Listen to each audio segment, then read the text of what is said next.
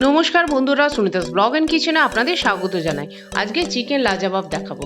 তার জন্য 500 গ্রাম চিকেনে 2 চামচ টক দই, হাফ চামচ রসুন বাটা, 1 চামচ আদা বাটা, পরিমাণ মতো হলুদ গুঁড়ো ও হাফ চামচ রেড চিলি পাউডার, 1 চামচ গোলমরিচ গুঁড়ো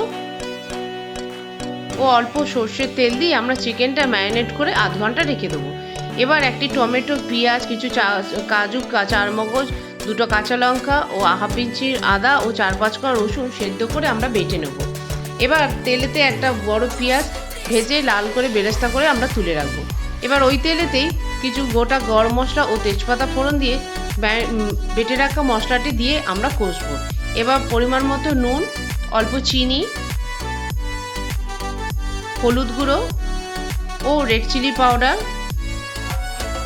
গোলমরিচ গুঁড়ো ও ধনে গুঁড়ো দিয়ে আমরা মশলাটি ভালো করে কষতে থাকবো। মশলাটি থেকে তেল বেরোলে আমরা ম্যারিনেট করা চিকেনটি দিয়ে ভালো করে কষে আঁচ সিম করে আমরা চিকেনটি সেদ্ধ হতে দেবো। বন্ধুরা, ভিডিওটি ভালো লাগলে ইউটিউব থেকে দেখলে সাবস্ক্রাইব করে রাখবেন ও ফেসবুক থেকে দেখলে ফলো করে রাখবেন। অবশ্যই একটা লাইক দেবেন। এবার চিকেনটি সেদ্ধ হয়ে আসলে আমরা আরও কিছুক্ষণ নেড়ে নিয়ে ওপর থেকে গরম মশলা গুঁড়ো ও ভেজে রাখা পেঁয়াজের বেরেস্তা ও কিছু খোয়া ক্ষীর আমরা ওপর দিয়ে দেবো। দিয়ে ভালো করে আমরা আরও কিছুক্ষণ কষে চিকেনটা যখন শুকনো শুকনো হয়ে আসবে তখন আমরা চিকেনটা পরিবেশন করে দেবো। ধন্যবাদ বন্ধুরা।